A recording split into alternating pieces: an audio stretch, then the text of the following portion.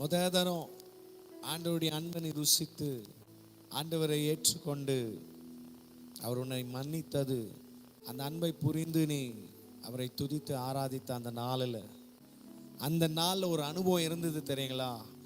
அந்த அனுபவத்தை, அந்த ஒரு எக்ஸ்பீரியன்ஸ், அந்த ஒரு நாளை இன்றைய தினம் நீயும் நானும் அதுக்கு ஒப்பிட்டு பார்க்கணும். அந்த நாளுக்கும் இந்த நாளுக்கும் நம்மளுடைய ஆவிக்குரிய வாழ்க்கை, நம்மளுடைய ஜெப ஜீவியம், வேத வாசிப்பு, கர்த்தரோடு கூட இருக்கிறதான அந்த ஒரு நெருக்கம் அன்றைக்கும் இன்றைக்கும் எப்படி இருக்கு நம்ம செக் பண்ணணும். மற்றவங்க நம்மளை பார்த்து நீ குறைவா இருக்கிற, நீ வளர்ந்துருக்கிற, வளரல, அது இல்லை. நானே போய் என்னுடைய வாழ்க்கையை நான் செக் பண்ணணும். ஆதியில இருக்கிற அன்பு என்கிட்ட இருக்கா? ஆதியில இருந்ததான அந்த ஒரு பாசம், ஆதியில இருந்ததான ஜெப ஜீவியம், அவரோடு கூட உறவு இருந்த அந்த ஒரு நாள், இன்னைக்கு இன்றைய நாள் அந்த நாளுக்கு ஒப்பிட்டு பார்க்கும் பொழுது நான் கீழே இருக்கிறேனா, நான் மேலே இருக்கிறேனா, அதை ஒப்பிட்டு பார்க்கும்போது தான் தெரியும். வேற யார்கிட்ட இடத்துலையும் ஒப்பிட்டு பார்க்க வேண்டாம். என்னுடைய அந்த ஆதியின் அன்பு இன்னைக்கு என்கிட்ட இருக்கா?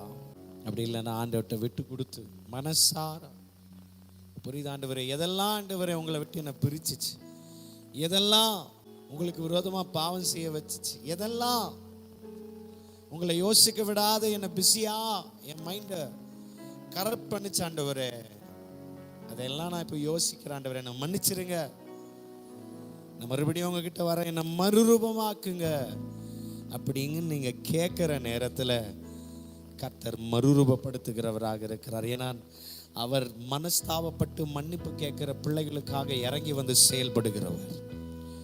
அறிக்கை செய்து விட்டு விடுகிறவனோ இரக்கத்தை பெறுவான். அந்த இரக்கம் உன்னை என்னையும் மறுரூபப்படுத்தும். கண்களை மூடி ஆண்டவரை நோக்கி பார்த்து, ஓ ஷதரகமனான்சுடோ மறுரூபமாக்கிடோ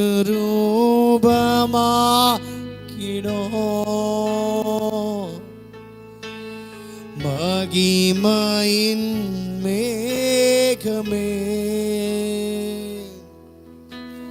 மறுரூபமாக்கிடோ